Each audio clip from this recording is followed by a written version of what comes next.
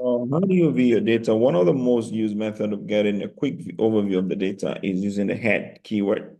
So the head keyword will give you some specific part of the data set.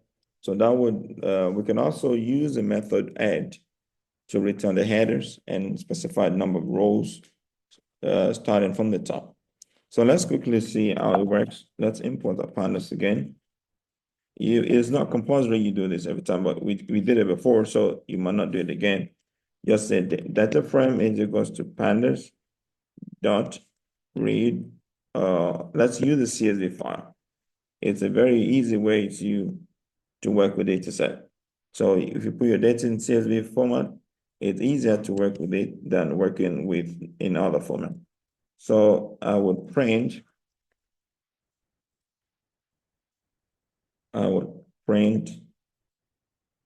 df dot add, then open a parenthesis.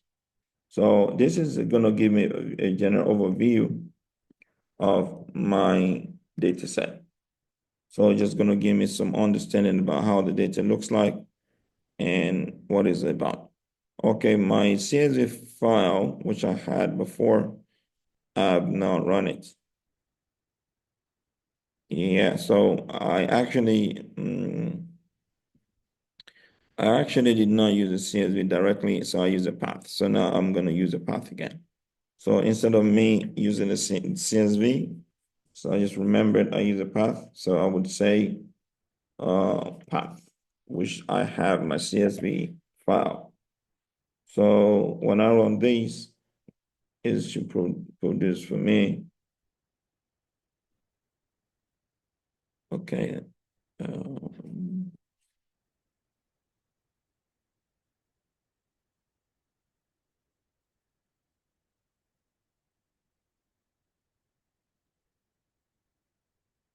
So it doesn't have path in the directory, so I need to go and check again.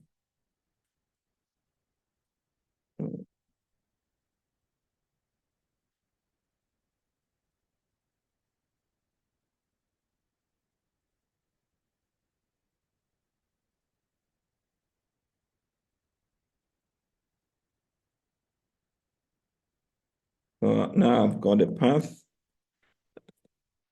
So yeah. So now the path is there, so it should work now. So the path is already been declared, so there's no need to put into quotation again. So now I've got it. So I've got my data set. So the head would automatically give you the first 5 values of your data set. So it automatically gives you the first 5 lines of your data set.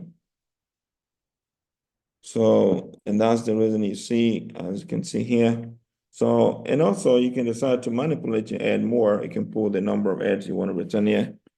You can type, for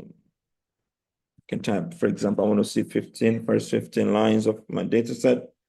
So you run this and it's going to give it to me. So that's how we use add with the CSV file. So in most cases, I tell people, make sure you pull your data in form of a CSV, and that would make it easy for you to use. We can also use another statement called the tail. So the same way we did the add, we can also use the tail. Say data frame dot tail, which is going to tell you the last 5.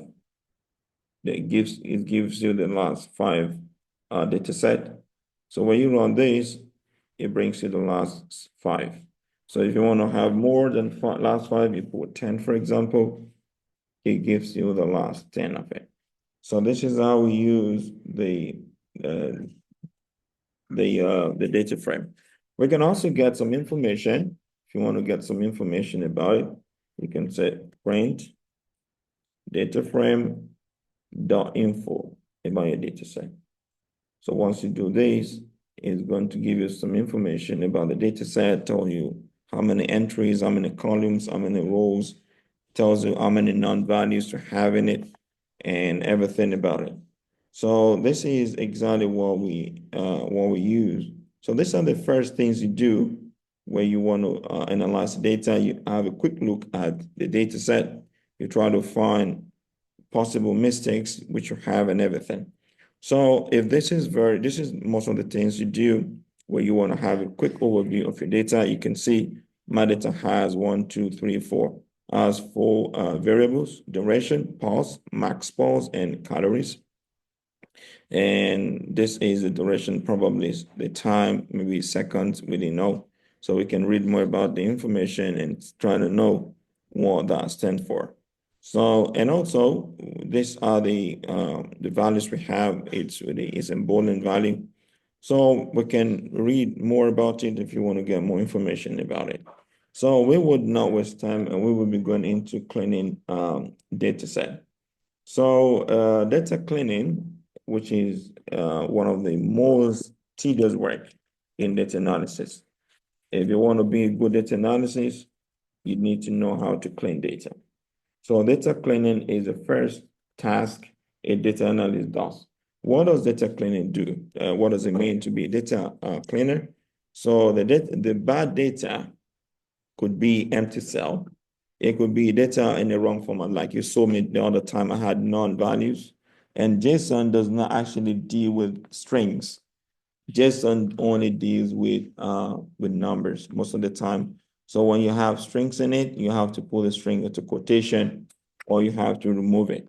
So you have to give it an information that if there's none, replace the null with this. So I can use a replace value to replace every none with 0. So this is what I said I was going to talk to you about before. So data could be in the wrong format. It could be a wrong data. It could also be duplicate. So you would learn how we can do this with our data set. So let's take a look at the data set we had before. Let's take a complete look at the data set we had. So let's say, let me copy this code here and try to give you more of the data. And so you can have a look at what are the things we have in this data. So let's say, for example, you want to have 60. You want to have 60. So you want to see at least the first 60 of it. How does it look? Let's do, okay, let's put 61. So now it's going to give you all of it. Or we can, yeah, I remember I told you. So this is the first 61. But if you want to get all of your data, as I told you before, you want to read everything, you want to have everything being shown to you. So you would not need to use any of these add whatever. So you're gonna have to load the data straight to string.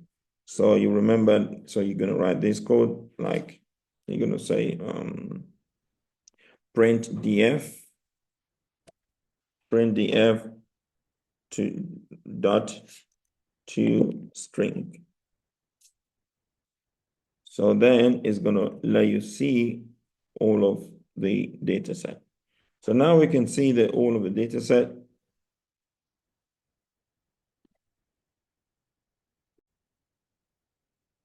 I was saying, as you can see, now if you take a quick look at this data set, you will see in some situations here that you have some values that are not available. For example, here, NaN.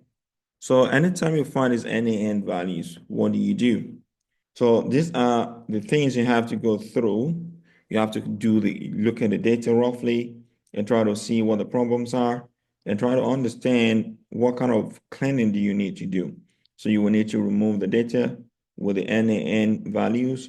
You would also see if maybe the data set has got some values which is not in the right format. For example, let's say this box is here. You could see sometimes some could have some dot. This duration, you don't know if it's time. You say 60, 45, maybe it's time, wherever, and you want to change it to the best data set, the data format, which it has to be. So all of this is what we call data cleaning. So among the way we used to clean data is the first thing you have to use is you want to remove the the NA. So if you want to drop, for example, you want to remove some rows or you want to remove some empty cells. So empty cells can potentially give you a wrong result, a wrong answer, or make your data look horrible. So one of the ways you can deal with empty cells is to remove the row. So you remove the row that contain the empty cells. So this is usually okay since data set can be very big, can be very large. So removing a few rows will not have a big impact on it. So some people would say, no, you cannot do that, but it's fine. So you return a new data frame with no empty cells. So let me show you quickly how we can do this. And let's see quickly how we can do this here. So we can use,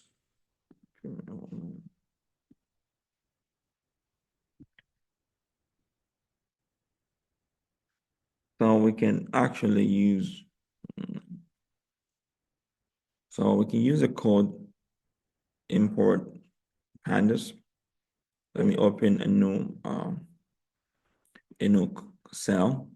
So we can import pandas. I want you to do this several times so that you don't forget you have to do it every time as PD. So the data frame is equals to pandas dot read CSV.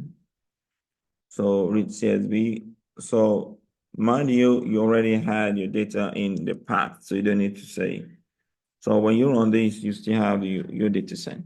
But now your data set, you want to have a new one. You don't need to see it. You want to have a new data frame.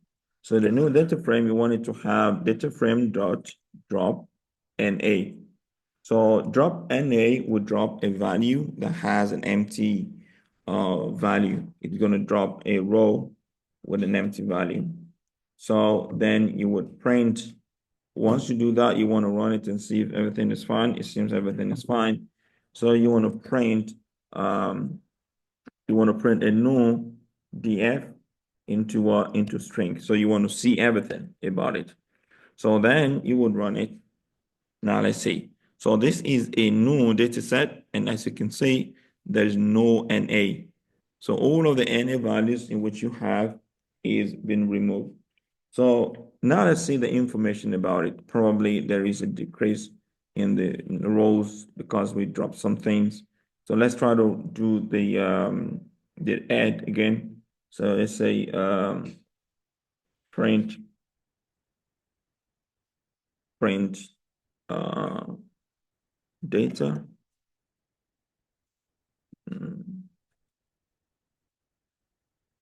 So let me save first time. So we still have, so let's have the information because it seems we still have almost the same. So let's see, for example, 17. I always like us to look at roughly. Let's see number 17 and see what we have there now. Number 17 is gone. Can you see? So number 17 is gone. So that is to say now this numbering is not valid anymore because this is 16, 18. So number 17, which is called NA, NAN is already gone. So this is how we remove. You can see very easy, just drop NA and it's going to remove for you all of the values with the NAN in it. So it now is returned. Now it's returned for you a new data set. So, and that's what you have now. So let's move on to so if you want to change the original data frame, you can also say use in place dot true. The meaning is after you've done what you did, you can data dot info. So we can decide to see the information about the data set. So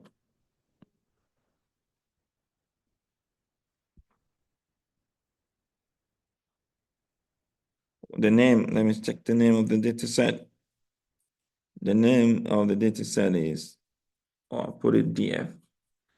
Sometimes we need to know so we can say So the data is df. So I can say df equals to data. I want to change it because, okay, let me leave it data frame so we will not be confused. So I would say print data frame dot info. Then I'll put it like this. So now I have all of this.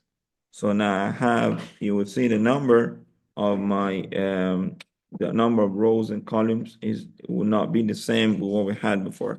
So it says we have 169 entries, 0 to 168. So even though we remove the values with these which is got no, which doesn't have anything. So it's still giving me the old one. So what is the name of this new value, new data set? So the new one is new DF. So I will print now the new DF and we would see the difference. Let me open another cell. So I will say print new DF dot info. So new DF dot info, open and close parentheses. So I want you to see the difference which you would observe in both data set. So now it's automatically removed 5 rows from the data set. So the index now is 164 instead of 169. So this is exactly what we do. This work is the most crazy, is the craziest part of data analysis, where you have to remove something, you have to see if it's removed properly, you have to save it properly. If you make a mistake by not saving it properly, you will be running your analysis on the wrong data set. Some people would say it's very good we use this in place. Let me quickly mention that before we call it a day today. So if you want to change the original data set to what you just had, so we can use the word in place. So you can use in place. How do you do that? You would import pandas as PD.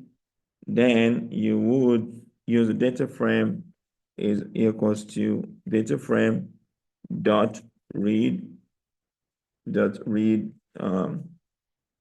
read CSV, then path.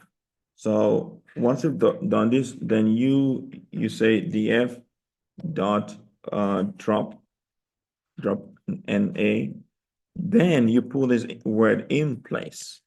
So the meaning is after you remove it, replace the old one with this new one. So then you would say df, you would print df, you say print df dot string, df dot toString. You want to see all the data set. You want to see all of the data set, open parentheses and close.